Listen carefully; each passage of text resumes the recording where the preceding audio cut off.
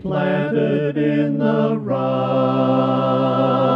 a cross, a gift, saving us from loss. There are a lot of passages misused to teach that once a person has been saved, they're always saved. In Calvinism, this is called the preservation of the saints.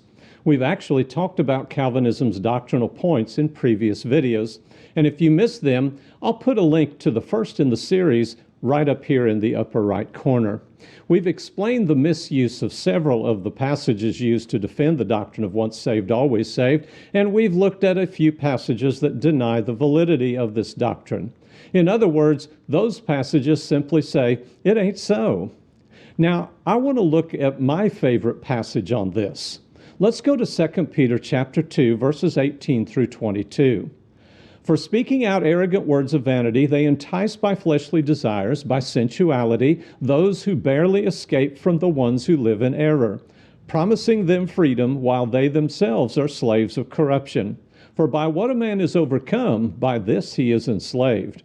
For if after they have escaped the defilements of the world by the knowledge of the Lord and Savior Jesus Christ, they are again entangled in them and are overcome, the last state has become worse for them than the first. For it would be better for them not to have known the way of righteousness than having known it to turn away from the holy commandment delivered to them. It has happened to them according to the true proverb, a dog returns to its own vomit, and a sow, after washing, returns to wallowing in the mire. Let's begin by looking at who we're talking about. First, there are the fleshly minded who are enticing by fleshly desires, by sensuality. So someone is enticing, but then there is the victim that they are trying to entice. We read that the victims of this attempt barely escape from the ones who live in error. Don't let anyone tell you that they didn't escape. Peter said they barely escape. The false teachers who fail are said to be promising freedom, while they themselves are slaves of corruption.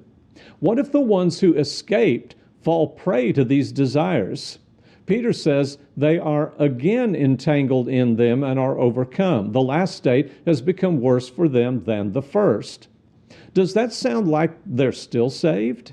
Of course not. In fact, it would be better for them not to have known the way of righteousness than having known it to turn away from the holy commandment delivered to them. They were saved, but now they're lost. Why would it be better? Well, we'll tackle that in a moment. Peter turns to a proverb to illustrate how bad this is. The dog vomited, and that gives me the heebie-jeebies just thinking about it. The dog is then okay, but ends up eating that disgusting mess. The pig is washed, clean, ready for the fair, as we might say, but gets loose and rolls around in the mire. Now keep in mind that the mire is not just mud. The pig was washed, but now is disgusting. Peter's saying that these people who fall back into worldliness that they had escaped from are now disgusting. They're no longer clean. Returning to what is disgusting is obviously not presenting everything as being okay. They have fallen from grace. Now, how is their present situation worse than it would have been if they had never heard the truth? Well, allow me to turn to a parable of Jesus to explain. In Luke chapter 12, verses 46 through 48, we have a parable that ends with a judgment scene. Jesus said, "The master of that slave will come on a day when he does not expect him, and in an hour he does not know, and will cut him in pieces and assign him a place with the unbelievers. And that slave who knew his master's will and did not get ready or act in accord with his will shall receive many lashes. But the one who did not know it and committed deeds worthy of a flogging will receive but few." There are two categories of individuals entering into this judgment: those who knew the master's will and those who did not. Those who knew are said to receive many lashes. Those who did not know the master's will are said to receive few.